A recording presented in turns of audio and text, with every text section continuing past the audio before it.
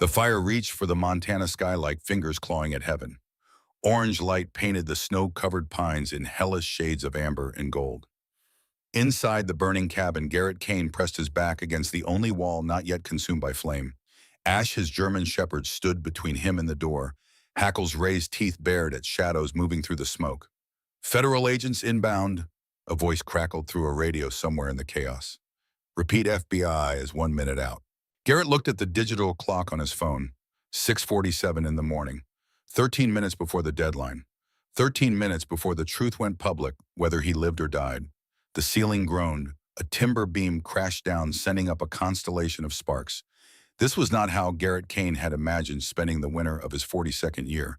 But then again, nothing in his life had gone according to plan.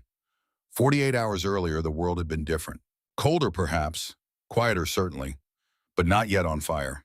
The Flathead County Courthouse Annex smelled like wet wool and desperation. It was the kind of building that had witnessed 100 years of human misery and learned to hold its secrets close. The heating system wheezed and rattled, fighting a losing battle against the January cold that seeped through every crack in the foundation. Garrett sat in the back row of folding chairs, his frame too large for the cramped space. He wore a canvas field jacket that had seen better decades, the fabric stained with oil and the dust of 1,000 miles. His hair was military short, touched with gray at the temples. His eyes were the color of winter ice, and they held the particular emptiness of a man who had seen the world break and no longer expected it to mend. Beside him on the cold linoleum floor, Ash lay perfectly still. The German shepherd was 7 years old, black and tan, with the bearing of a soldier at attention. His ears rotated constantly, tracking every sound in the room. To the casual observer, he looked like a well-behaved pet. To anyone who knew working dogs, he looked like exactly what he was, a retired military K-9 who still scanned every room for threats. The auction had been going for 40 minutes. Ranch land mostly, timber parcels, a few foreclosed properties that nobody wanted. The crowd was sparse, a handful of local ranchers in the front rows, their weathered faces betraying no emotion as they bid on their neighbors' misfortunes. Garrett wasn't there for any of the properties on the official list. He was there because 6 months ago, a counselor at the VA hospital had told him he needed to find a place to disappear, a place where the nightmares couldn't follow, a place where the weight of 12 years in the Marines and 3 tours in Afghanistan might finally lift from his shoulders. He hadn't believed her then. He didn't believe her now. But he had saved $17,000 from disability checks and odd jobs, and he figured buying land was better than drinking it away. The auctioneer, a thin man named Silas Harden, with a voice like gravel in a bucket, shuffled through his papers. The room had grown quiet. Not the comfortable quiet of a pause between lots, but the heavy, suffocating quiet of a funeral. Harden cleared his throat. His hands trembled slightly. "Next item," he said, and his voice cracked on the second word. "Parcel 7B, the Old Cross property. 50 acres of timberland, including the homestead and North Creek access. Starting bid is set at $500 for back taxes." Nobody moved. The silence deepened, became almost physical. Garrett had heard the stories. Everyone in Flathead County had. Benjamin Cross had been a fixture of the community for 30 years. A quiet man, a hermit who kept to himself in a cabin up the mountain. 3 years ago, in the winter of 2022, he had simply ceased to exist. His front door had been found wide open. A half-eaten meal sat on his table covered in mold. No tracks led away from the house. No body was ever found. The land had sat empty since then. The trees had grown wild, reclaiming the narrow access road. The locals whispered about lights in the forest at night, about sounds that didn't belong to any animal that walked the Montana wilderness. Garrett didn't believe in ghosts. He had seen enough real monsters in the deserts of Helmand Province. The supernatural held no terror for a man who had watched friends die in sudden violence, who had carried pieces of them home in a canvas bag. But he believed in opportunity. $500 for 50 acres was a steal, haunted or not. 500, Harden repeated, his voice hollow. "Do I hear 500? The ranchers in the front row exchanged glances.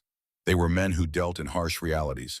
Drought, wolves, blizzards that could kill a herd in a single night. But they avoided Parcel 7B like it was poisoned ground. Garrett raised his hand. The movement was slow, deliberate, final. 500, he said. His voice was a low baritone that seemed to resonate in the floorboards. Every head in the room turned. The ranchers stared at him with expressions that mixed pity and something deeper, something primal. They saw a stranger, a veteran with the hard edges and careful movements of a man who had seen combat. They saw someone who wanted nothing from his neighbors, which in a small town made him more suspicious than someone who wanted everything. Hardin's gavel hovered in midair. He looked at Garrett with eyes that searched for signs of a joke or perhaps signs of madness. He found neither. Garrett's face was as unreadable as granite. "Sir," Hardin began, then stopped. The weight of the room seemed to choke the words back down. At Garrett's feet, Ash lifted his head. The dog's ears went forward, his body tensing in a way that Garrett had learned to recognize over 5 years of working together. It wasn't aggression, it was alertness. Something had changed in the room, some subtle shift in the emotional temperature that only the dog could sense. "Going once," Hardin whispered, "at $500. The clock on the wall ticked. The heating system groaned. Outside, the January wind threw ice crystals against the windows. "Going twice." One of the ranchers, an old man with a face like cracked leather, leaned toward his neighbor and whispered something. Both men looked at Garrett and shook their heads slowly. "Sold," Hardin said and brought the gavel down. The crack of wood on wood echoed like a gunshot in the cramped space. Garrett stood. The folding chair scraped against the floor. Ash rose with him, moving with the fluid precision of a working dog. They walked toward the clerk's desk through a narrow aisle between the chairs. As they passed, the ranchers pulled their knees back, clearing a path as if Garrett carried something contagious. The clerk was a gray-haired woman with bifocals and a mouth that had forgotten how to smile. She pushed the deed across the counter with the tip of her pen, refusing to touch it now that Garrett's name would be written on it. He signed with a steady hand. He counted out 5 $100 bills, money he had saved over 6 months of loading trucks at a warehouse in Kalispell. The bills were crisp new. They felt like possibility in his calloused fingers. As he turned to leave, a hand caught his sleeve. It belonged to the old rancher who had been whispering earlier. His name was Abernathy. He owned the general store on Main Street and knew the history of every rock and stream in the county. "Son," Abernathy whispered, leaning close enough that Garrett could smell peppermint and old tobacco. "Benjamin Cross didn't just leave that place. He vanished. Into the air. That land's got a memory. It don't like being owned." Garrett looked down at the old man's hand, then up into eyes clouded with cataracts but sharp with warning. "The land doesn't have to like me," Garrett replied, his voice empty of emotion. "It just has to let me sleep."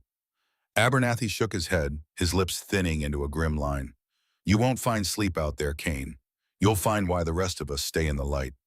Garrett pulled his arm free gently and walked through the heavy double doors. The cold Montana air hit him like a fist. Snow was falling, fat flakes that caught in his hair and melted against his neck. Ash pressed against his leg, the dog's warmth a small comfort in the biting wind. They climbed into Garrett's truck, a battered black Ford that had 200,000 miles on it, and showed everyone. The engine coughed to life with a puff of blue smoke. As he pulled away from the curb, Garrett looked in the rearview mirror. The courthouse windows were filled with silhouettes dark against the interior light. They watched him go like mourners at a funeral.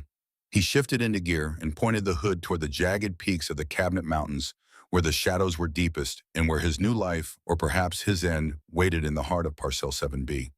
The logging road to the cabin was a nightmare of decay. What had once been a maintained access route was now a gauntlet of fallen timber and erosion. Garrett's truck groaned as it climbed the four-wheel drive, struggling for purchase on ice-slicked gravel. Beside him, Ash sat perfectly still, his yellow eyes fixed on the impenetrable wall of Douglas fir ahead. The road didn't just end. It died, choked by vine maple and stunted hemlock that seemed to have reclaimed the earth with predatory hunger. Garrett killed the engine. The silence that rushed in was profound, pressurized by the weight of the mountains overhead. He stepped out. The hinges of the truck door screamed in protest. The air here was different than in town. Colder, thinner tasting of wet stone and something older. Something that had been rotting since before men walked these hills. Ash leaped from the pump, his paws hitting the frozen ground without a sound. The dog didn't wander. He didn't investigate the scent trails of deer or squirrel.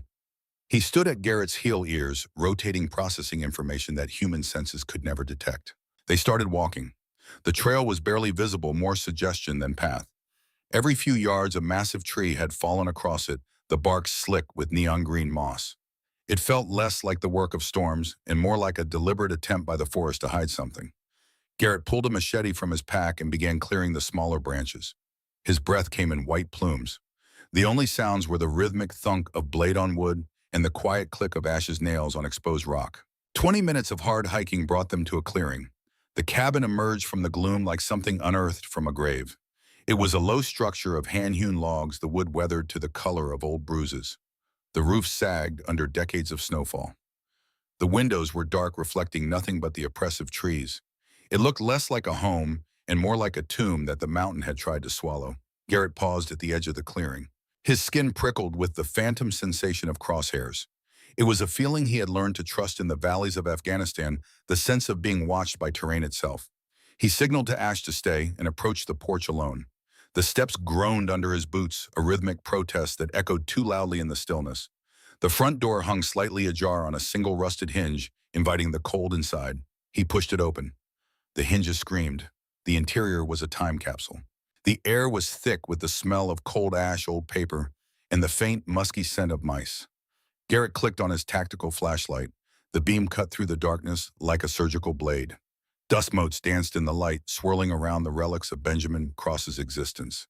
On a heavy timber table sat a ceramic mug, a ring of dried black residue at the bottom. Beside it lay a pair of reading glasses and a book, a thick volume on mountain flora spread open to page 142. The spine was cracked, as if someone had just stepped away to stoke the fire. A wool coat still hung on a peg by the door, its pockets bulging with work gloves and a tin of tobacco. The cast iron stove held the frozen remains of someone's last meal. There was no sign of struggle, no blood, no overturned furniture. Benjamin Cross had simply been subtracted from the world, erased mid-sentence. Garrett moved deeper into the cabin. His light swept over a kitchenette, a single bed with military corners still crisp, a bookshelf filled with field guides and technical manuals. Everything was in its place, everything except the man who had lived here. Behind him, Ash whined. It was a sound Garrett had never heard the dog make before. Not fear exactly, something more specific, more urgent. He turned. The dog stood in the center of the main room, his legs braced, his head lowered. Every muscle in Ash's body had gone rigid. The dog's fur began to rise along his spine, a jagged ridge of alarm. Ash wasn't looking at the dark corners or the open door. His eyes were locked on the massive stone fireplace that dominated the far wall. The hearth was built of heavy river stones, soot-stained and cold, topped by a mantle made from a single lightning-scarred beam of cedar. It looked ancient, permanent, immovable. Garrett shifted his grip on the flashlight. His other hand drifted to the Glock holstered at his hip. "Ash," he said quietly, "what is it?" The dog took a single stiff-legged step toward the fireplace. His lip curled back, revealing white fangs. The growl that emerged from his chest was so deep it felt like a vibration more than a sound. Garrett followed the dog's gaze. He scanned the stones, looking for movement, for the flash of eyes that might belong to a snake or a cornered animal. He saw nothing but cold rock. Then he remembered Kandahar. He remembered mud-walled compounds where the Taliban hid weapons caches and Soviet-era ammunition. He remembered how Ash had acted then, using that same specific, high-pitched whine. The dog wasn't sensing danger. He was marking a void, a hollow space behind solid matter where something had been hidden from the light. Ash lunged forward, his front paws slamming against the stones of the hearth. He began scratching frantically at the mortar between them, his claws making a desperate scraping sound that set Garrett's teeth on edge. Garrett knelt beside the dog. He ran his gloved hand over the stones, feeling for a loose edge. The air near the fireplace felt colder than the rest of the cabin, a localized pocket of frost that seemed to seep from the cracks. His fingers brushed against a large, flat stone near the base. It gave just a fraction of an inch, barely perceptible, but enough. He realized then what Abernathy and the others had sensed. This wasn't a haunted house. It was a crime scene. Benjamin Cross hadn't disappeared into thin air. He had been protecting something, or trying to bury it. Garrett stood and returned to his pack. He pulled out a 30-inch crowbar, the iron cold and heavy in his hands. Ash backed away just enough to give him room, but the dog's eyes never left the stone. He wedged the tip of the crowbar into the hairline fracture. The first pull yielded nothing but a screech of metal on rock. He braced his boots against the heavy timber of the mantel and threw his full weight into it. The stone groaned, protested. The mortar that had held it for decades fought back with the stubborn grip of time. Garrett pulled harder. His muscles burned. His breath came in ragged gasps that bloomed white in the frigid air. Sweat formed on his forehead despite the cold. With a sound like a bone breaking, the stone shifted, tilted. A crack appeared running through mortar that was older than Garrett's lifetime. He dropped the crowbar and used his hands to heave the slab the rest of the way. It tipped over and hit the wooden floor with a thud that vibrated through his boots. A breath of stale, dry air escaped from the cavity beneath. It smelled of oil, old paper, and something chemical that made Garrett's nose wrinkle. He aimed his flashlight into the hole. The beam revealed a hidden chamber, a man-made void lined with treated plywood to keep out moisture. Nestled inside was a military surplus ammunition box, its olive drab paint chipped and rusted at the hinges. Beside it lay a stack of leather-bound journals, their covers cracked with age, wrapped in heavy-duty plastic to protect them from the damp. Garrett's heart hammered against his ribs. This wasn't the cache of a madman. This was the archive of someone who had something to say and no safe way to say it. He reached in and lifted the ammo box. It was heavier than he expected. He set it on the floor and flicked the rusted latches. They snapped open with a violent metallic protest. Inside were rows of small glass vials secured in foam inserts. Each vial was filled with liquid or soil meticulously labeled with dates and GPS coordinates written in precise block letters. He picked one up. The firelight caught the murky yellowish tint of the water inside. The label read North Creek Sector 4, heavy metal saturation 400% above legal limit. Sample date June 2021. Garrett's hands began to tremble. He set the vial down carefully and reached for the journals. The plastic crinkled as he unwrapped them. He opened the top book to a random page. The handwriting was cramped, urgent, but legible. It spoke of midnight convoys, of tanker trucks dumping chemical runoff into the headwaters of the valley, of a corporate entity called Nexus Mining Corporation that had been systematically poisoning the ecosystem for 15 years. Benjamin Cross hadn't been hiding from the world. He had been documenting its murder. Garrett flipped to the last entry dated November 2021. His breath caught in his throat. The writing said, "They know I'm getting close. 3 people before me tried to expose this, all dead within months. Car accidents, heart attacks, a drowning that made no sense. If you're reading this, you're probably the new owner of this land. That means I'm gone. They got me too. Garrett Kane, if this reaches you, know that you're the only person I could trust with this. We served together. You know what honor means. You know what it costs. The evidence is here. Every sample, every photograph, every recorded conversation. Nexus Mining has killed this valley to extract rare earth minerals worth $8 billion. Senator James Harlow is on their payroll. Sheriff Raymond Riggs is their enforcer. And the CEO, Silas Blackwood, is the kind of man who sees human life as a line item on a balance sheet. I tried to do this alone. Don't make the same mistake. Trust your dog more than you trust people. And if they come for you, remember, they can't kill the truth if it's already public. You're the last line, Garrett. Don't let them bury this with me. Semper Fi, Benjamin Cross. Garrett sat back on his heels. The flashlight trembled in his hand. Outside, the wind picked up, howling through the gaps in the cabin walls. Cross had known. Somehow he had known that Garrett would end up here. Had known that the land would be auctioned. Had known that a fellow Marine wouldn't be able to resist $500 for 50 acres, even if it was cursed. A memory surfaced sharp and clear. Afghanistan Forward Operating Base Shkin. 2012. Garrett had been a corporal 22 years old and terrified, though he'd never admit it. Cross had been his platoon sergeant. It was the night before a patrol into a village that intelligence said was crawling with Taliban. Cross had found Garrett sitting outside the barracks at 0300, unable to sleep. "Can't shut your brain off?" Cross had asked, sitting down beside him without invitation. "No, Sergeant." "Good. The day you stop being afraid is the day you get careless. Fear keeps you sharp." Cross had lit a cigarette, the ember glowing in the darkness. "You know why I requested you for this patrol tomorrow?" "No, Sergeant." "Because you don't quit. I've watched you in training. You're not the fastest, not the strongest, but when everybody else is ready to tap out, you keep going. That's worth more than all the talent in the world. What if I freeze up out there? What if I... You won't. You know how I know." Cross had pointed to where Titan Garrett's first K9 partner lay sleeping. "Because that dog trusts you. And dogs don't trust cowards. They smell it on you. Your dog thinks you're worth following into hell, so you probably are." The patrol the next day had gone bad. An IED had hit the lead vehicle. Titan had alerted 30 seconds before it detonated, giving them time to scatter. 3 men had been wounded instead of killed. Cross had written Garrett up for a commendation.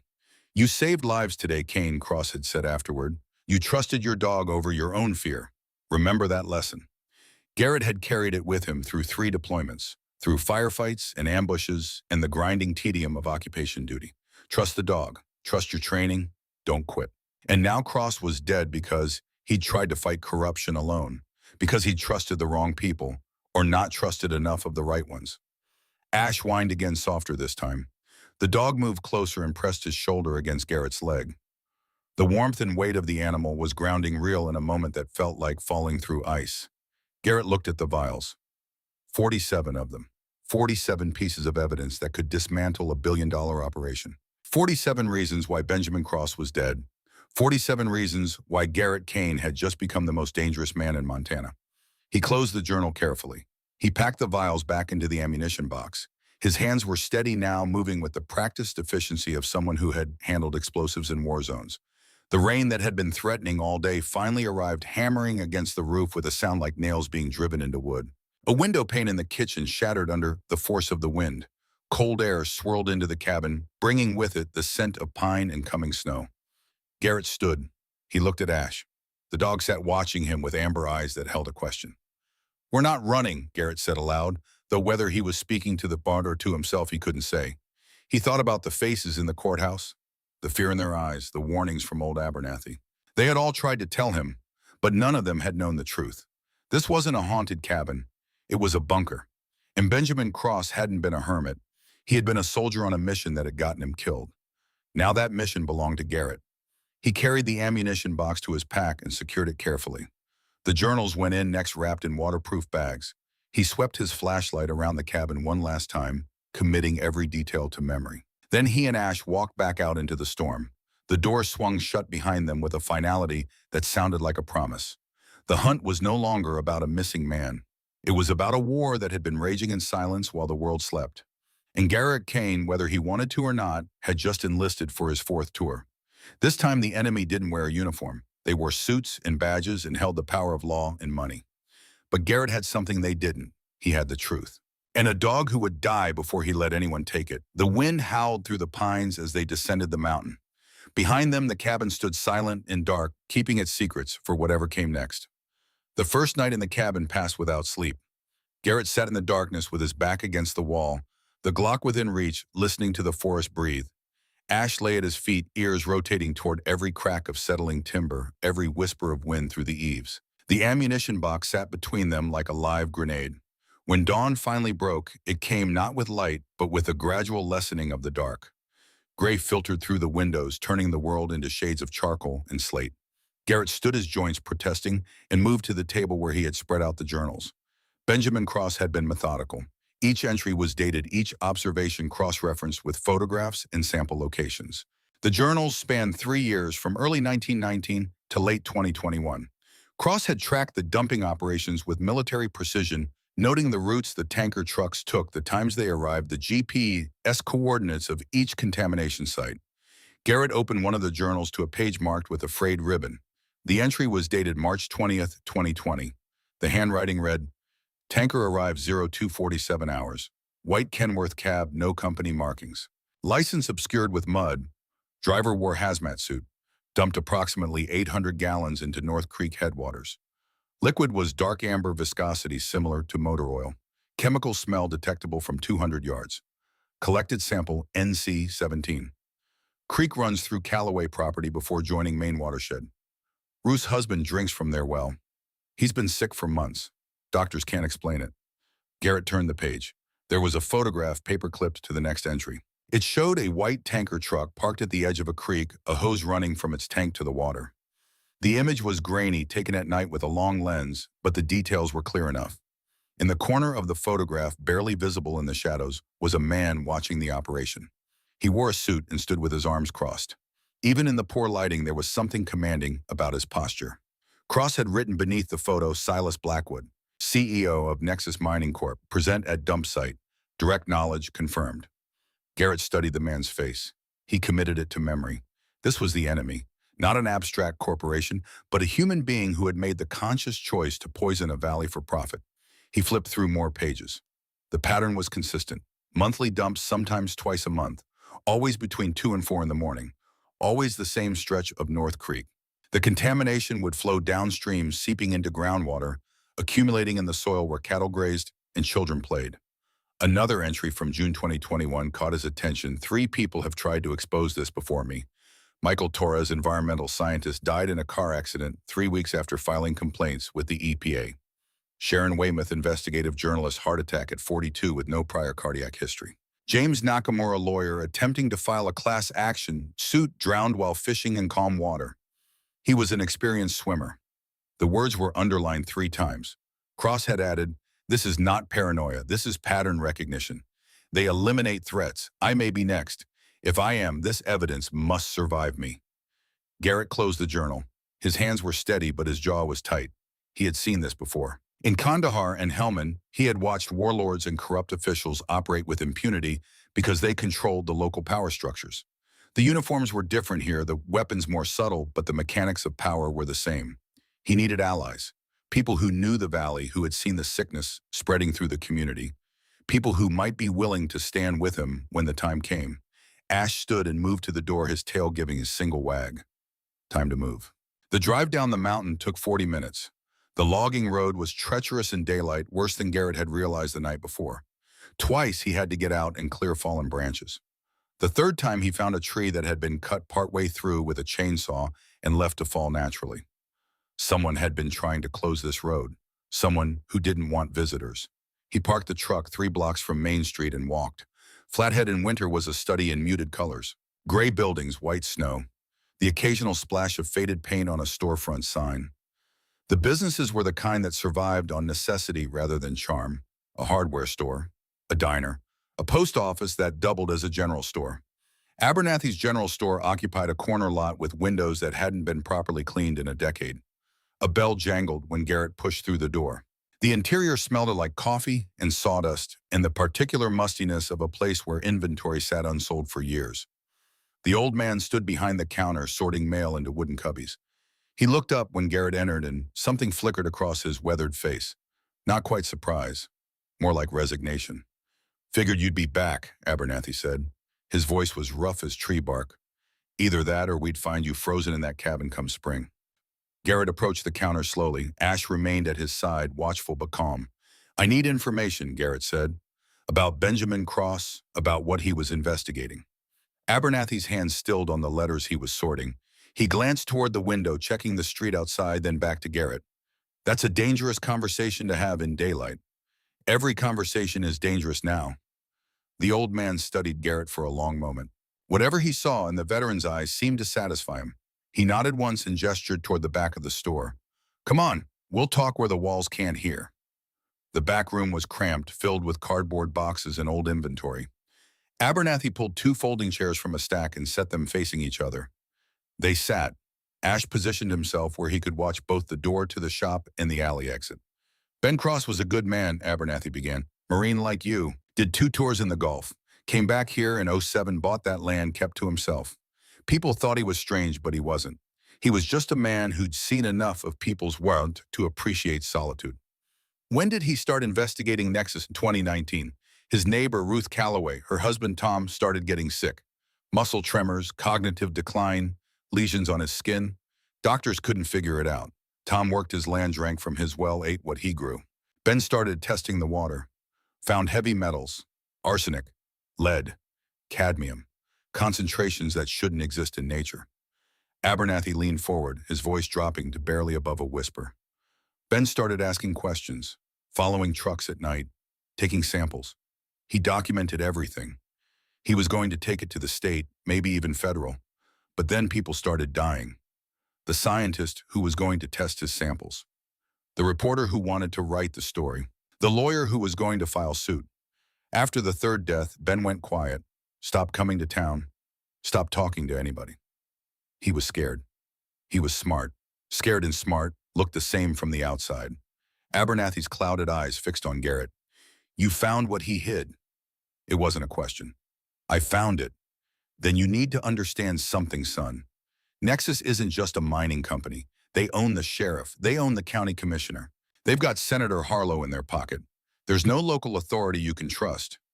You go to the wrong person with that evidence, you'll end up like Ben." Garrett absorbed this. It matched what Cross had written, but he needed more than one old man's word. Who else knew? Who else saw what was happening? Doc Brennan. He's been treating folks in this valley for 30 years. He's seen the pattern. Cancer rates tripling, birth defects, neurological problems that don't make medical sense. Abernathy paused. And Ruth Calloway. She watched her husband die over 18 months. She knows. Garrett stood. Where can I find them? Brennan's got a clinic 2 blocks east. Ruth lives on the old Calloway Ranch about 5 miles north of your property. The old man rose as well, his joints cracking. But Garrett, you need to know what you're walking into. These people are desperate. They're angry. You give them hope and then fail, it'll break what's left of them. I don't plan to fail. Nobody ever does. The medical clinic was a converted house with vinyl siding and a handicap ramp that looked newer than the building. A sign in the window said Dr. Hollis Brennan, General Practice. Walk-ins, welcome. The waiting room was empty except for a receptionist who looked to be in her 70s. She glanced at Ash, then at Garrett, and her expression softened slightly. Service dog, she asked. Emotional support.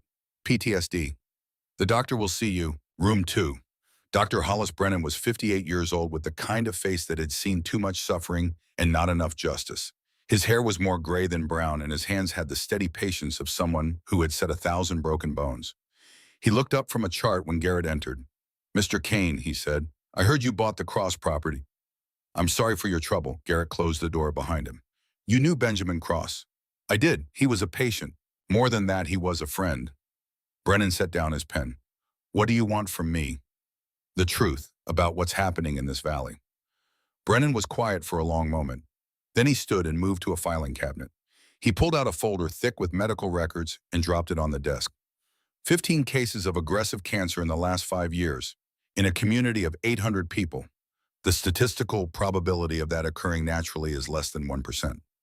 He opened the folder revealing charts and lab results. Thyroid cancer, liver cancer, kidney failure in patients with no genetic predisposition, children born with neural tube defects at rates 20 times the national average. He looked at Garrett with eyes that held a physician's helpless rage. I've been reporting this to the state health department for 3 years. They send inspectors who test municipal water, which is clean. They ignore the private wells. They ignore the soil samples. They ignore everything that might point to a source because the source has lawyers and lobbyists and money. Cross documented the source. I know, he showed me some of his evidence before he disappeared. I told him to go to the FBI, to the EPA, to anyone with federal authority. He said he tried. He said his reports got buried. Brennan's voice dropped. Then he vanished and I knew. I knew they had killed him to keep the secret. Why didn't you keep pushing? Because I'm a coward, Brennan said flatly. I have a daughter in college, a wife. They made it clear that if I kept making noise, accidents happen. So I stopped. I kept treating the sick, and I stopped asking why they were sick. He met Garrett's gaze. Can you live with that kind of compromise? Mr. Kane, I can't. It's killing me slower than the cancer is killing my patients. Garrett understood. This was a good man trapped in an impossible situation. A man who had chosen survival over honor and hated himself for it. If I bring this into the light, Garrett said, will you testify to what you've seen? If you can guarantee my family's safety, I'll testify to everything. I'll give you every record, every lab result, every death certificate that doesn't make sense. Brennan's hands clenched into fists. I want these bastards to burn for what they've done. I'll need your help with something else, Garrett said. When the time comes, I'll need someone on the inside, someone they don't know is watching. Brennan's eyes narrowed. What are you planning? I'm planning to make sure the truth doesn't die with me the way it died with Cross. But I need insurance. I need someone who can corroborate what I find. Someone whose testimony carries weight. You want me to wear a wire. I want you to document every conversation you have with anyone connected to Nexus. Build a parallel case. So when I go public, you can back me up from an independent source.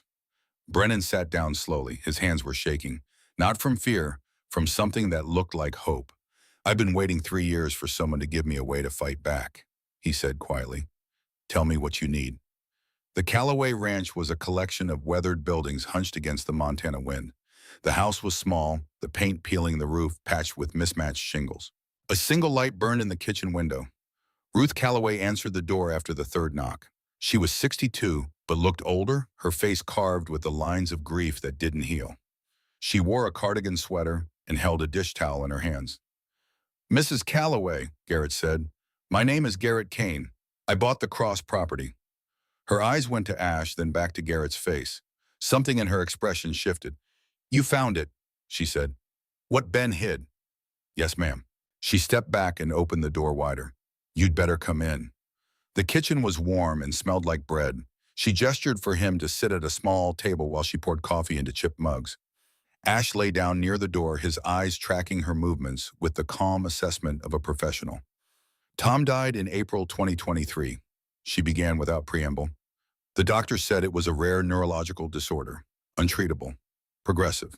He went from healthy to bedridden in 18 months, lost the ability to walk, to feed himself, to recognize me at the end. Her voice was steady, but her hands shook slightly as she set down the coffee pot. Ben Cross came to me a month before Tom died. He showed me water samples from our well, showed me the chemicals, told me what Nexus was doing. "I'm sorry," Garrett said. "Don't be sorry, be angry." She sat across from him, her eyes hard. "Tom was a good man, worked this land for 40 years, never hurt anyone. He died because some corporation decided profit was more important than human life, and nobody did anything. Not the sheriff, not the health department, nobody. I'm going to do something." Ruth studied him the way Abernathy had, searching for something beneath the surface. "Ben tried. He died for it. I know, but he left me the evidence. He left me a path." Why did he think you'd be the one?" Garrett considered the question. "Because we served together. Because he knew I wouldn't walk away from a fight. Even a fight you can't win, especially then." She nodded slowly, accepting this. She stood and moved to a drawer, pulling out a folded piece of paper. She handed it to Garrett. "Tom wrote this 2 weeks before he died, when he could still hold a pen. He wanted someone to know. He wanted it to matter." Garrett unfolded the paper. The handwriting was shaky, barely legible, but the words were clear. "My name is Thomas Calloway. I am dying because Nexus Mining poisoned my land. They poisoned my water. They poisoned my body. I am not the first, and I will not be the last. Someone must stop them. Someone must make them answer for what they've done. I hope whoever reads this has the courage I did not." Garrett folded the letter carefully and slipped it into his jacket pocket. "I'll make it matter," he said. "Ben said the same thing. Then they killed him. I'm not Ben. I've been training for this kind of fight my whole life. I just didn't know the battlefield would be Montana instead of Afghanistan." Ruth's expression softened slightly. "You have that look. Tom had it too when he was younger, before the war took it out of him. Korea in his case." She refilled her coffee cup. "What do you need from me?" "Testimony, when the time comes, and until then, silence. Nobody can know I've talked to you. Nobody can know what we're planning." "Planning what?" "To make sure that when I go public, it's so loud and so public that they can't silence all of us. They killed Cross because he worked alone. They won't be able to kill a dozen witnesses all at once without it looking like exactly what it is. You're building an army. I'm building a case. An airtight, multi-sourced, impossible-to-bury case." Ruth was quiet for a moment. Then she reached out and placed her weathered hand over Garrett's. "My husband died believing nobody cared. Died thinking his suffering didn't matter. If you can prove him wrong, if you can make those people pay, I'll testify to anything you need." By the time Garrett returned to the cabin, the afternoon sun was already sinking toward the peaks. Long shadows stretched across the snow like fingers reaching for the darkness. He parked the truck in the clearing and sat for a moment, gathering his thoughts. He had allies now, not many but enough. A doctor who could testify to the medical evidence. A widow who carried her husband's last testimony. An old man who knew the history and the physical evidence. Cross had collected 47 vials of proof and 3 years of documentation. It should have been enough. It should have been more than enough to bring down Nexus Mining and everyone connected to them. But as Garrett climbed out of the truck, he saw the fresh tire tracks in the snow. Someone had been here while he was gone. The tracks led right to the cabin door. Ash tensed immediately, his hackles rising. A low growl started in his chest. Garrett drew his Glock and approached slowly. The cabin door was closed but not locked. He had locked it before leaving. His heart rate climbed, but his hands remained steady. This was familiar territory, approaching a potentially hostile structure. Clearing rooms, maintaining situational awareness. He pushed the door open with his boot and swept the interior with the pistol. The cabin had been ransacked. Drawers hung open as supplies scattered across the floor. They had been looking for the evidence. They hadn't found it because it was in the truck, locked in a concealed compartment Garrett had installed years ago. On the table, held down by a rock, was a business card. Garrett picked it up. It was heavy stock embossed with gold lettering, Sheriff Raymond Riggs, Flathead County Sheriff's Department. On the back, written in pen, welfare check, Wanted to make sure you were settling in. Stop by the office when you can. The message was clear. We know where you are. We can come whenever we want. You're being watched. Garrett pocketed the card. He moved through the cabin, checking corners, looking for anything they might have left behind. A listening device. A camera. But they had been smarter than that. This was just intimidation. A reminder that they had power here. He was cleaning up the mess when he heard the sound of an engine. Not a truck. Something larger. Heavier. The deep rumble of serious displacement and expensive engineering. Ash was at the door immediately, his body tense, his eyes fixed on the approaching vehicle. Garrett looked out the window. A black Escalade was rolling into the clearing, its chrome gleaming, even in the fading light. It was pristine, unsuited for mountain roads, a vehicle that cost more than most people in Flathead made in a year. It stopped 20 yards from the cabin.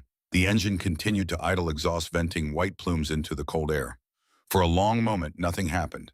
Then the driver's side door opened. The man who emerged was 48 years old and moved with the casual confidence of someone who had never been told no in a meaningful way. He wore a charcoal gray parka that probably cost $3,000. His hair was silver at the temples, perfectly styled. His face was handsome in a corporate way, with sharp lines and cold eyes. Silas Blackwood, CEO of Nexus Mining Corporation. He walked toward the cabin like he owned the mountain. Maybe he thought he did. Garrett stepped out onto the porch before Blackwood could reach the stairs. He didn't bring the gun, but he positioned himself so his jacket was open and the holster was visible. "Mr. Kane," Blackwood said, his voice smooth and cultured. "I apologize for the intrusion. I thought it was important we meet face to face." "You're trespassing." "Technically, yes, but I wanted to have a conversation before things become unnecessarily complicated." Blackwood stopped at the base of the steps, close enough to talk, but far enough to maintain a respectful distance. "I've heard you've been asking questions about Benjamin Cross, making some concerning inquiries around town." "Concerned about what?" "About things that are better left in the past. Ben was a troubled man, PTSD from his service. He developed some paranoid delusions about this valley, about my company." Blackwood's expression was sympathetic, rehearsed. "I understand you're dealing with similar issues. The VA has excellent programs for veterans struggling with the transition to civilian life." Garrett's jaw tightened. The implication was clear and insulting. "You're crazy like Cross was. Don't believe what you found." "I know what I found," Garrett said evenly. "I'm sure you think you do, but documents can be fabricated. A troubled mind can see conspiracies where none exist." Blackwood reached into his coat, moving slowly. He pulled out a leather checkbook and a gold pen. "I'm prepared to make you a very generous offer, Mr. Kane. $50,000 for this property. Right now. That's 100 times what you paid for it." "Not interested." "That's a great deal of money for a man living on disability. You could buy a house in town, get proper treatment, and start over somewhere that doesn't carry so much weight." Blackwood opened the checkbook. "This is a one-time offer. Walk away now and we'll forget this conversation ever happened." Garrett looked at the checkbook, then at Blackwood's face. He saw no conscience there, no doubt. Just the absolute certainty of a man who believed money could solve any problem and erase any obstacle. "Benjamin Cross wouldn't sell," Garrett said. "He knew what you were doing. He knew about the dumping, the contamination, the people dying." The mask slipped, just for a second, but it was enough. The corporate smoothness melted away, revealing something cold and reptilian underneath. Cross was a fool who didn't understand progress. This valley sits on $8 billion worth of rare earth minerals, elements that are essential for modern technology, for national security, for the future. Blackwood's voice hardened. One backwards community's health concerns don't outweigh that kind of strategic resource. They do to me. Then you're a fool like he was. Blackwood tucked the checkbook away. "Cross is dead, Mr. Kane. He died because he couldn't see the bigger picture. He died because he made himself an obstacle that needed to be removed. Do you want to end up the same way? Is that a threat?" "It's an observation. The cold is very dangerous in these mountains. Accidents happen, equipment fails. Sometimes people just disappear and nobody ever finds out what happened to them." Blackwood's eyes were dead emotionless. "Take the money, leave, while you still can." Behind Garrett, Ash stepped onto the porch. The dog's hackles were fully raised now, his lips pulled back to show teeth.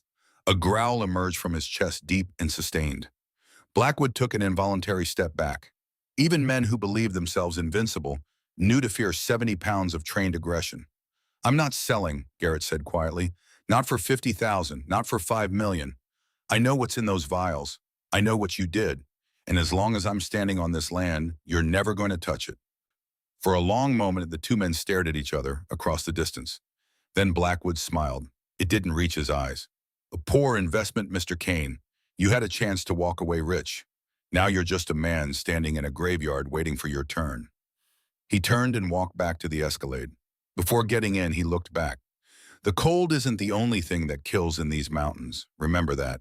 The Escalade spun its wheels, throwing snow and gravel as it roared back down the logging road.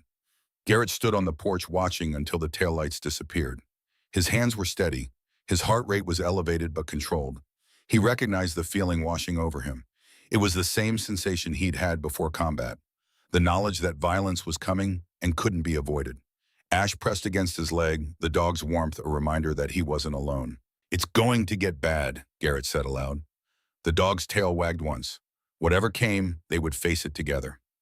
That night, Garrett didn't sleep at all. He sat in the darkness with his rifle across his lap, listening. Ash lay nearby, alert but calm. The cabin was cold, despite the fire in the hearth. Outside, the wind picked up, rattling the windows and making the old timbers creak. At 3 a.m, Garrett heard it, a sound that didn't belong to the forest. The snap of a branch that was too heavy to be an animal. The crunch of footsteps in snow, trying to be quiet but not quite succeeding. Ash's ears pricked forward. The dog stood silently and moved to the window, looking out into the darkness. Garrett extinguished the lantern with a quick breath. He waited for his eyes to adjust, counting seconds, controlling his breathing. This was what he had trained for.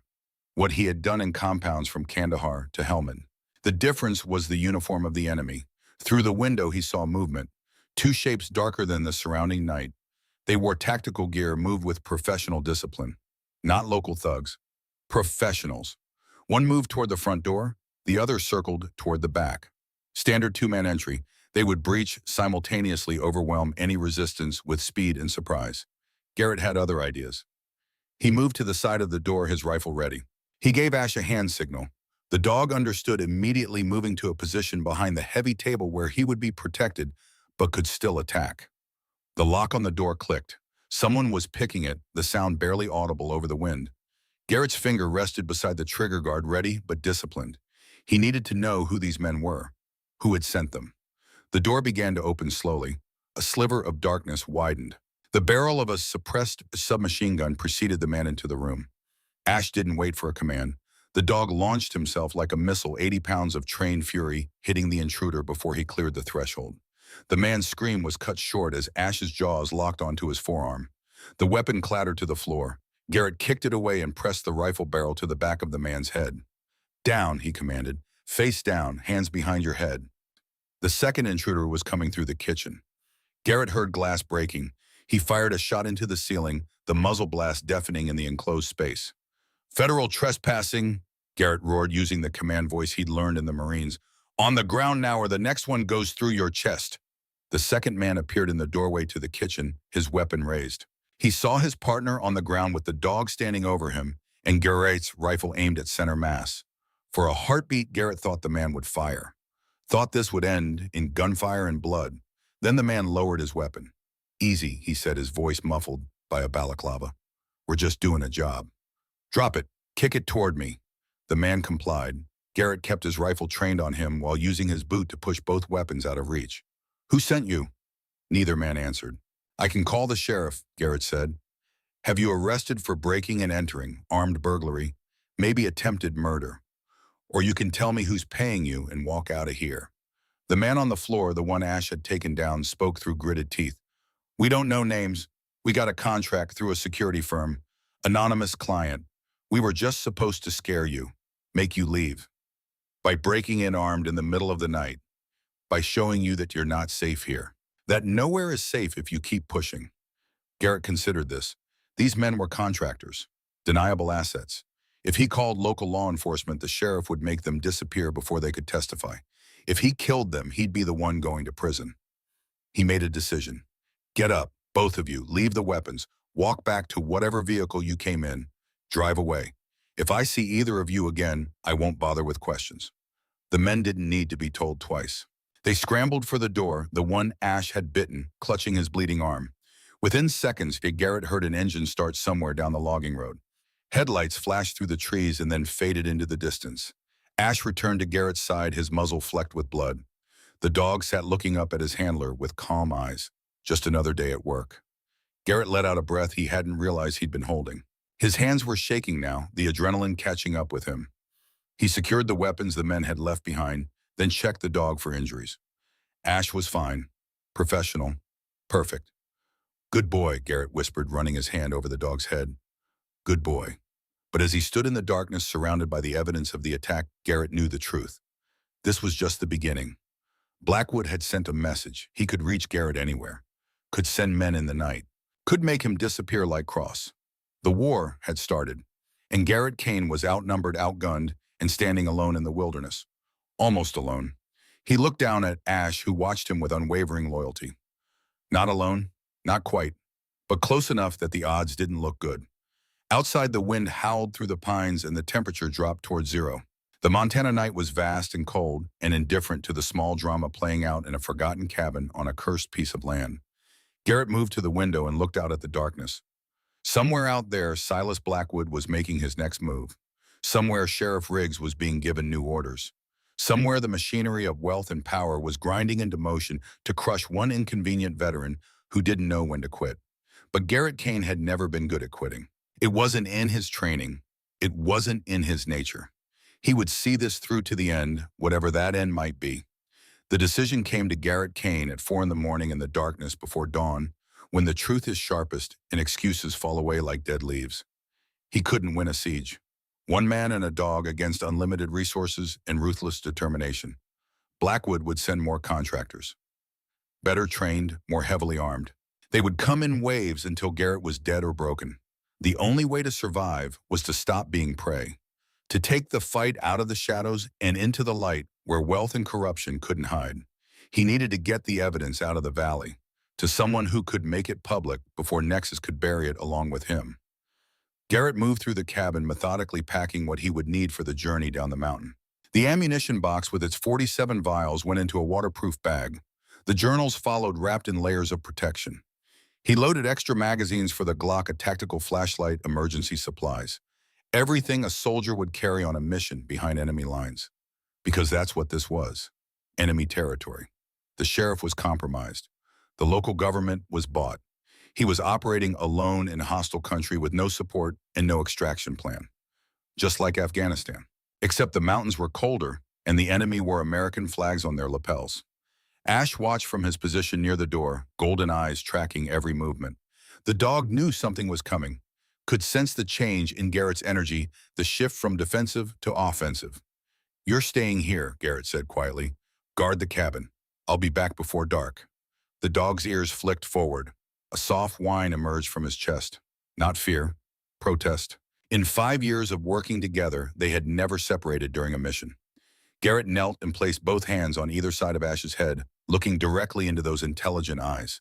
"I need you here. If they come back, you're the early warning. You're the last line." He scratched behind the dog's ears. "I trust you with my life. Now I need you to trust me with yours." Ash leaned into the touch, then sat back on his haunches. Acceptance. The dog would hold the position. Garrett stood and shouldered his pack. The weight was familiar, comforting. 60 pounds of gear and evidence. 60 pounds of responsibility for the dead and the dying. He stepped out into the pre-dawn darkness. The cold hit him like a wall, stealing his breath. The thermometer he'd mounted on the porch read -12 Fahrenheit. The sky was clear stars visible in crystalline sharpness. Bad weather was coming. He could feel it in his bones in the particular quality of the air that promised snow. He had maybe 6 hours before the next storm hit. 6 hours to hike 12 miles down the mountain, reach civilization, and upload the evidence to someone who could protect it.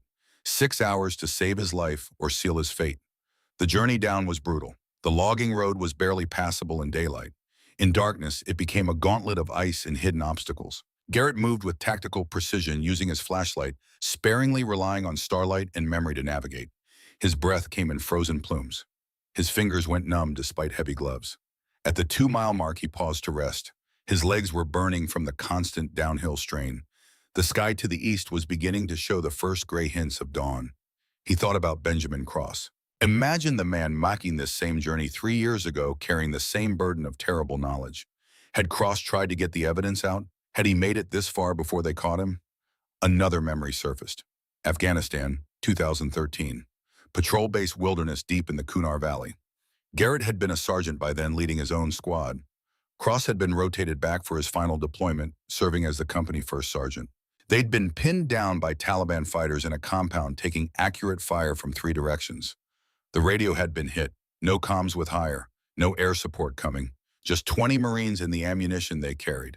Cross had found Garrett during a lull in the fighting. "Kane," he'd said, his face streaked with dust and sweat, "I need you to do something for me." "Yes, First Sergeant." Cross had pulled a small notebook from his pocket. "My daughter's getting married next month. I'm supposed to walk her down the aisle. If I don't make it out of this valley, I need you to give this to her. It's letters I've been writing. Things I want her to know." Garrett had taken the notebook. "You'll give it to her yourself, First Sergeant." "Maybe, but if I don't, you make sure she gets it. You promise me that." "I promise." They'd made it out. Cross had walked his daughter down the aisle, but the lesson had stuck with Garrett. A promise to a fellow Marine was sacred. You kept it no matter what it cost you. Cross had made Garrett promise to finish what he'd started, to not let the evidence die with him, to make sure the truth got out. Garrett would keep that promise, even if it killed him. He pushed himself upright and kept walking. The pain in his legs faded into the background, just another sensation to be noted and ignored. He'd marched longer distances in worse conditions, carrying heavier loads. This was nothing. This was just the price of doing what needed to be done. By the time he reached the outskirts of Flathead, the sun was a pale disk behind thick clouds rolling in from the west. The storm was coming faster than he'd anticipated. He had maybe 3 hours of clear weather left. The storage facility sat on the industrial edge of town, a collection of corrugated metal buildings surrounded by chain-link fence. Garrett had rented a unit here 2 weeks ago, under a false name, paying 6 months in advance with cash. It was his contingency, his bolt hole. He approached carefully, scanning for surveillance. The facility had cameras, but they were old and poorly maintained, more for insurance purposes than actual security. He kept his head down and moved quickly to Unit 47. The door rolled up with a metallic screech. Inside was exactly what he'd left: a folding table, a battery-powered camping lantern, and a ruggedized laptop he'd bought used from an Army surplus store. Garrett set up quickly. He pulled the journals from his pack and began photographing each page with the laptop's camera. The process was tedious but necessary. High-resolution images of every entry, every photograph, every piece of documentation Cross had compiled. While the laptop processed the images, he carefully opened each vial and photographed the labels, then resealed them. 47 pieces of physical evidence. 47 witnesses to corporate murder. The upload process took longer. He was using an encrypted server, bouncing the signal through multiple VPNs to mask the origin. The connection was slow, the progress bar crawling across the screen with agonizing lethargy. Garrett pulled out his phone and dialed a number he'd memorized but never called. It rang 3 times before a voice answered. Mail alert despite the early hour. "Webb. Marcus Webb, investigative journalist with the Associated Press." "Speaking. Who is this?" "My name is Garrett Kane. I'm a Marine Corps veteran, currently in Flathead County, Montana. I have evidence of corporate environmental crimes that have resulted in multiple deaths. I'm about to send you encrypted files containing documentation, water samples, analysis, and testimony from medical professionals." There was a pause on the other end. Garrett could hear the scratch of pen on paper. Webb was taking notes. "What kind of evidence are we talking about?" 15 years of illegal toxic waste dumping by Nexus Mining Corporation. Contamination of groundwater, affecting 800 residents. Cancer clusters, birth defects. At least 3 whistleblowers who died under suspicious circumstances trying to expose this. That's a serious accusation. Can you verify the chain of custody on this evidence? The primary investigator was Benjamin Cross, former Marine Corps sergeant. He compiled the evidence between 1919 and 2021 before he disappeared. I recovered his documentation from a hidden cache on property I legally own. Disappeared how? Vanished without a trace in November 2022. No body found. Local law enforcement concluded he wandered off and died of exposure. I believe he was murdered to silence him. Another pause. Longer this time. "Mr. Kane, if what you're saying is true, you're in significant danger. Have you contacted federal authorities?" "Can't trust local law. Sheriff is on Nexus payroll. So is a state senator. I need this evidence public before they can bury it. And me with it." Where are you right now? Can't tell you that. What I can tell you is this: I'm uploading the files to an encrypted server. You'll receive the access codes in 15 minutes. If I don't call you by 0700 hours this morning, you publish everything. Send it to the FB, EPA, every major news outlet you can reach. You make this so public they can't kill it. Mr. Kane, wait. 0700 web, not a minute later.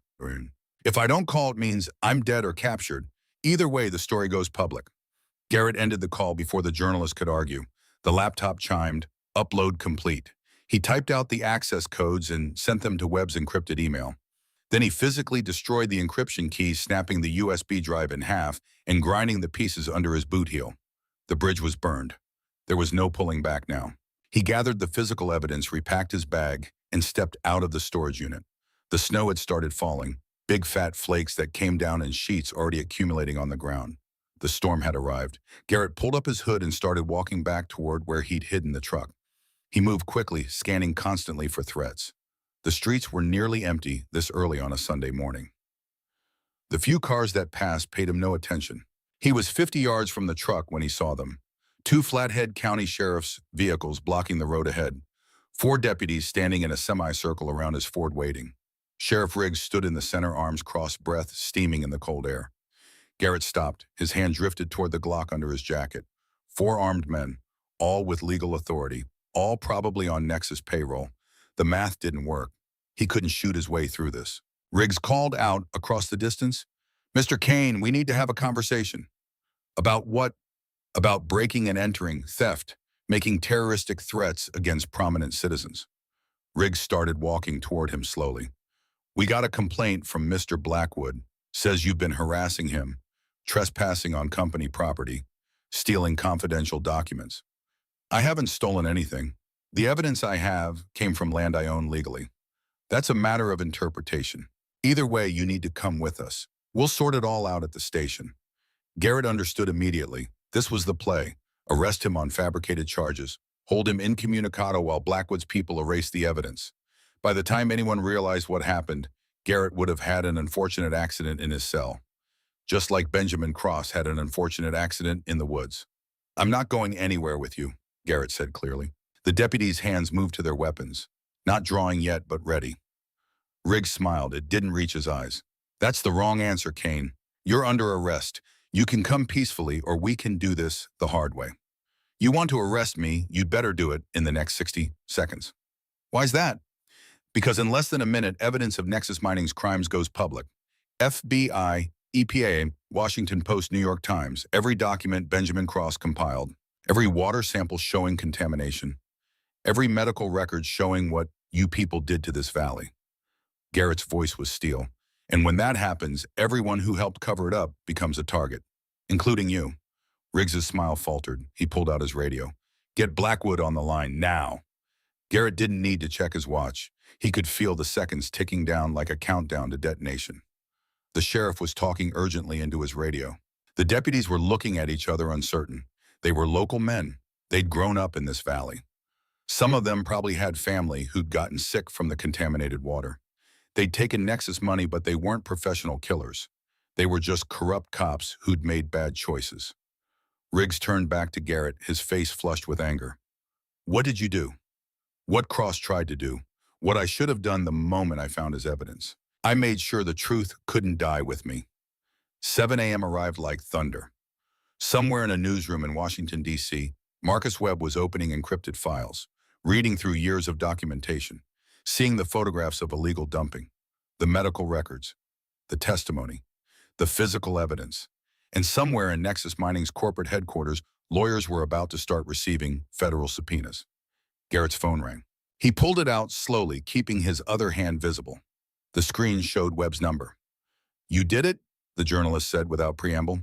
"This is massive. I've already forwarded copies to federal prosecutors and the EPA, a criminal investigation division. This is going to bring down everyone connected to it." "Good," Garrett said. He looked at Sheriff Riggs. "You hear that? It's over. The secret's out." Riggs's face had gone pale. He took a step back, his hand falling away from his weapon. From behind Garrett came a new sound, the heavy rumble of a powerful engine. He turned to see the black Escalade speeding toward them, sliding slightly on the snow-slicked pavement. It screeched to a stop. Silas Blackwood emerged, his composure finally cracked. His expensive parka was unbuttoned. His hair was disheveled. He looked like a man watching his empire crumble in real time. "You stupid bastard," Blackwood snarled at Garrett. "Do you have any idea what you've done, the economic impact, the strategic importance of those minerals?" "I know what you did to the people who lived here," Garrett replied calmly. "I know about the Callaways, the Brennans, the dozens of families you poisoned for profit. That's all I need to know." Blackwood took a step forward, his hand reaching into his coat. For a split second, Garrett thought the man was going for a weapon. His own hand moved to his Glock muscle memory taking over. But Blackwood pulled out his phone instead. He stared at the screen, his face cycling through shock, rage, and finally defeat. "Federal arrest warrants," he whispered. "They're issuing federal arrest warrants. EPA, FBI, Justice Department." He looked up at Garrett with eyes that held pure hatred. "This isn't over. I have lawyers. I have resources. You're just one man. You can't—" The sound of rotors cut through the air. Heavy, rhythmic, unmistakable. Garrett looked up to see two helicopters cresting the mountain ridge, flying low and fast. Blackbirds with government markings. FBI. They'd moved faster than he'd anticipated. Webb must have had direct contacts with federal law enforcement. Must have sent the evidence simultaneously to multiple agencies. The helicopters descended into the street rotors, creating a vortex of snow and wind. Armed agents in tactical gear poured out before the skids even touched down. "Silas Blackwood," a voice boomed through a loudspeaker. "Federal agents, you are under arrest for conspiracy, environmental crimes, and murder. Get on the ground now." For a moment, Blackwood stood frozen. Then his shoulders slumped. The fight went out of him all at once. He knelt in the snow hands behind his head. The FBI agents had swarmed the scene. More vehicles were arriving, blocking off the street. Garrett watched as they zip-tied Blackwood's wrists, as they read him his rights, as they led him to one of the helicopters, no longer a powerful CEO, but just another criminal in custody. Sheriff Riggs was next. Then his deputies. All of them cuffed, all of them silent, all of them finally understanding that the protection they'd counted on was gone. An agent approached Garrett, a woman in her 40s with sharp eyes and the bearing of someone senior. "Mr. Kane." "Yes, ma'am." Special Agent Diane Morrison, FBI. "We've been investigating Nexus Mining for 8 months. We had pieces of the puzzle but couldn't get enough evidence for warrants. What you provided this morning broke the case wide open." She gestured to the scene around them. "You did good work here." "I had help. Benjamin Cross did the real work. He paid for it with his life." Morrison nodded. "We'll need you to make a full statement. Walk us through how you obtained the evidence, chain of custody, everything. But I want you to know that Dr. Brennan contacted our field office 6 weeks ago. He's been cooperating with our investigation, wearing a wire documenting conversations with Nexus executives. Your upload this morning gave us corroboration from an independent source. That's what pushed the U.S. attorney to move forward with arrests." Garrett felt something loosen in his chest. Brennan. The doctor had found his courage after all, had been working behind the scenes while Garrett gathered Cross's evidence. They hadn't been alone. None of them had been alone. "There's someone else," Morrison said. "A third helicopter is bringing in Senator Harlow now. He tried to claim legislative immunity." Garrett looked down the street. Sure enough, a third bird was landing rotor wash, kicking up fresh snow. Two agents emerged, escorting a man in an expensive suit who walked with the practiced composure of a career politician trying to maintain dignity in the face of disaster. Senator James Harlow. Garrett recognized him from Cross's photographs. The man who had taken Nexus money and buried EPA reports. The man who had helped write the laws that let corporations poison communities with impunity. Harlow's face was a mask of dignified resignation, as if this were merely an unfortunate misunderstanding that his lawyers would clear up by afternoon. But his eyes betrayed him. They darted left and right, looking for cameras, for witnesses, for any way to control the narrative. He wouldn't find any. The FBI had moved too fast. By the time Harlow's legal team assembled, the evidence would already be in federal custody, and his face would be on every news channel in America. Morrison gestured toward the senator. "He tried to claim legislative immunity. Didn't work. Conspiracy to commit murder overrides a lot of legal protections." Garrett watched as they led Harlow to the helicopter. The senator's perfect hair was already mussed by the rotor wash. His $1,000 shoes were getting soaked in the slush. He looked smaller somehow, less powerful. Just another man in handcuffs. "There's something else," Garrett said. "I left my dog at the cabin. I need to get back to him." Morrison smiled slightly. "We'll give you a ride. Helicopters faster than hiking through this storm. 20 minutes later, Garrett was standing in the clearing in front of the cabin. The helicopter lifted off behind him, returning to coordinate the arrests and evidence collection. The FBI would be processing the scene for days, but they'd promised to let him keep the land. It was his property legally purchased. Cross had made sure of that. Ash came bounding out of the cabin the moment Garrett's boots hit the ground. The dog circled him once, twice, checking for injuries, confirming his human was intact. Then he sat and looked up with eyes that asked a simple question. "It's done," Garrett said, kneeling to embrace the dog. "It's over. We won." The dog's tail wagged once. Mission accomplished. Garrett stood and looked at the cabin, at the trees beyond, at the mountains rising into the storm clouds. This land had cost Benjamin Cross his life, had nearly cost Garrett the same, but it was clean now. The secret was out. The poison would be remediated. The people responsible would face justice. And he was still standing. 3 months later, spring came to Montana like a slow exhale. The snow retreated in patches, revealing earth that had been frozen since November. Green appeared in tentative shoots. The air lost its razor edge and began to smell of growing things instead of ice. Garrett Kane stood in the clearing, surveying the progress.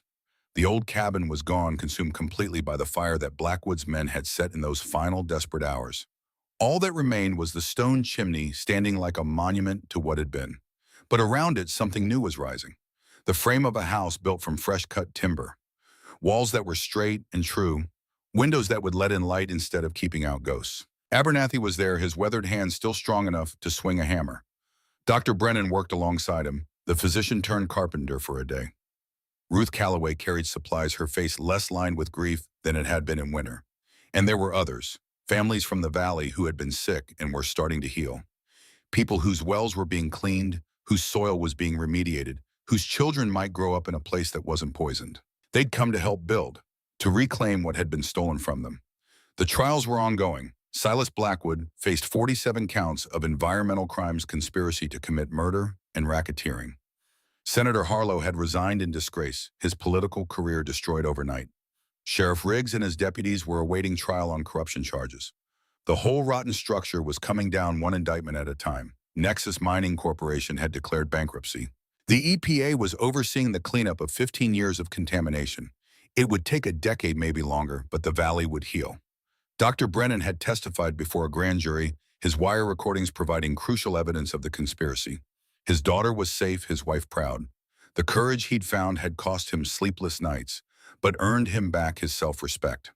Ruth Calloway had given a victim impact statement at Blackwood's arraignment. She'd looked the CEO in the eye and told him exactly what he'd taken from her own.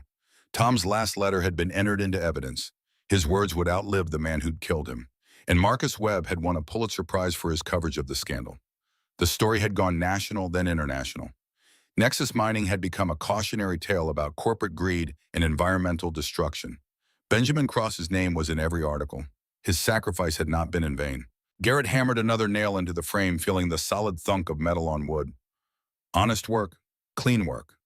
Ash lay in the shade of the stone chimney, watching everything with calm attention. The dog's muzzle was graying slightly. 7.5 years old now, slowing down just a fraction, though still alert, still protective. "Hey, Kane," Abernathy called from across the construction site. "We're putting up the ridge beam. Need your height." Garrett smiled. It felt strange on his face, that expression, like a muscle he'd forgotten how to use. But it felt good, too. Natural. He joined the others, gripping one end of the heavy timber. On the count of 3, they lifted together. The beam rose, slotted into place. Someone drove the first securing nail. The house was taking shape. A real house built with clean hands and honest purpose. Built on land that had been bought for $500 and paid for with blood and truth. As the sun began to set, painting the mountains in shades of gold and crimson, the workers packed up their tools. They would return tomorrow, and the day after, until the house was finished and Garrett Kane had a real home instead of a mission. Abernathy paused before leaving his truck loaded with surplus lumber. "Ben would be proud," the old man said quietly. "What you did, how you finished what he started." Garrett looked at the stone chimney, all that remained of Cross's cabin. "He did the hard part. He paid the price. I just made sure it mattered. Still, he chose well when he left that evidence for you to find. He knew you wouldn't run. Running never solved anything." Abernathy nodded and climbed into his truck. One by one, the others departed their vehicles, kicking up dust on the newly cleared access road. The logging route had been graded and maintained, no longer a forgotten track but a proper road. Finally, it was just Garrett and Ash in the clearing. The dog stood and walked to his side, leaning against his leg with comfortable weight. Garrett looked out at the valley below, at the creek running clear again after months of treatment, at the forest standing quiet and patient as it had for centuries, at the sky deepening from blue to purple to the black of coming night. Stars were beginning to appear, the same stars that had watched Benjamin Cross die alone and afraid, the same stars that had seen Garrett arrive in winter, desperate and lost, the same stars that would watch this land heal and endure long after everyone alive today was dust. "This is where I stand," Garrett said aloud, the words carried away on the evening breeze. Ash's tail wagged once.